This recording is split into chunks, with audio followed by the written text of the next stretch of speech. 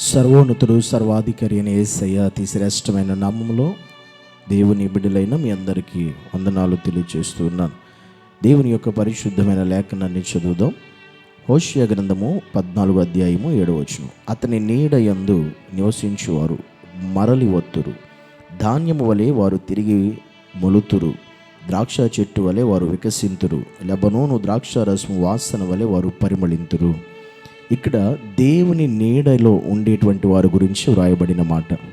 దేవుని నీడలో జీవించేవారు ఎలా ఉంటారంటే వారు మరలి వత్తురు అని వ్రాయబడి, అంటే యేసయ్య నీడలో జీవించేవారు, ఆ మహోన్నతిని చాటు నివసించేవారు మరలి వత్తురు అంటే వారు ఎక్కడ నివసించినా దేవునిలో ఉండగలుగుతారని. వారు ఒక ధాన్యము వలె తిరిగి మొలుతురు.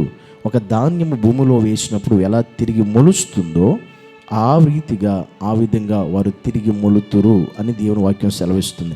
అంటే యేసయ్య నీడలో మనం ఉంటే ఖచ్చితంగా తిరిగి మొలుస్తాం, అంటే తిరిగి అభివృద్ధి చెందుతాం, తిరిగి దీవించబడతాం, తిరిగి మనం ఆశీర్వాదకరంగా మార్చబడతాం. మనం అంత మాత్రం ఒక ద్రాక్షారసం వలె వారు వికసింతురు.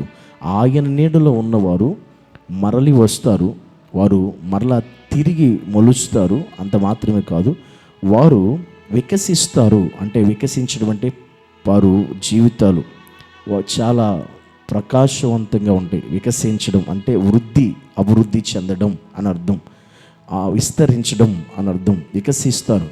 ఎవరు వీళ్ళంటే దేవుని నీడలో బ్రతికేవారు, దేవుని నీడలో జీవించేవారు. అంత మాత్రమే కాదు, ఒక ద్రాక్షారసం యొక్క వాసన వల్ల వారు పరిమళిస్తారు. అంటే వాళ్ళ జీవితాలు ఒక పరిమళ వాసనగా ఉంటాయి. అలా ఉండాలి. అలాగా దేవుని నీడలో ఈరోజు ఎవరైతే బతుకుతారో, జీవిస్తారో, ఈరోజు చాలామంది దేవుని నీడలో కాకుండా లోకపు నీడలో జీవించేవారు చాలామంది ఉన్నారు. మనుషుల నీడలో జీవించేవారు కొంతమంది ఉన్నారు. లోక విధానాలు అనేటువంటి నీడలో బ్రతికేవారు కొంతమంది, లోక పద్ధతులు అనే నీడలో జీవించేవారు కొంతమంది. కానీ గుర్తుపెట్టుకోండి, అలా బ్రతికే ఒక్కరిలో ఈ 4 కార్యాలు జరగవు. ఇక్కడ దేవుని నీడలో ఉండేవారు, దేవుని ఆశ్రయించి బతికేవారు, దేవుని నీడలో జీవించే వారి జీవితంలో వారు మరలా తిరిగి వత్తురు. గుర్తుపెట్టుకోండి, అంటే వారి జీవితంలో వెనకడుగు పోయిన మరలా తిరిగి మొదటి స్థితిలోకి వారు రాగలుగుతారు. రెండవదిగా వారి జీవితంలో మొలతురు, అంటే వారు మరలా చిగురిస్తారు వారి జీవితాలు అని అర్థం. మూడవదిగా వారు ఖచ్చితంగా వికసిస్తారు, అభివృద్ధి చెందుతారు దేవునిలో, ఆధ్యాత్మిక జీవితంలో, లోక విషయాలు, అన్ని విషయాలు అభివృద్ధి చెందుతారు. నాలుగవదిగా వారు పరిమళ వాసనగా ఉంటారు. ఈ రీతిగా ఉండగలిగేది కేవలం యేసయ్య నీడలో బ్రతికేవారు మాత్రమే.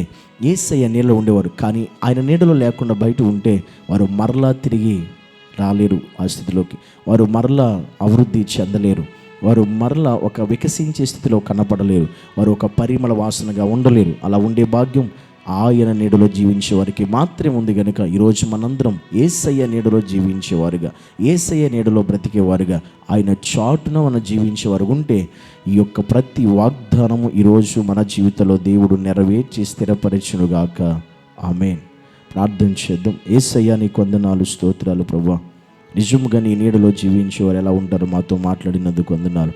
మేము కూడా నీ నీడలో జీవించే యోగ్యత కృప అందరికీ దయచేయమని యేసుక్రీస్తు నామమును బట్టి ప్రార్థించి అడిగి వేడుకుంటున్నాము తండ్రి.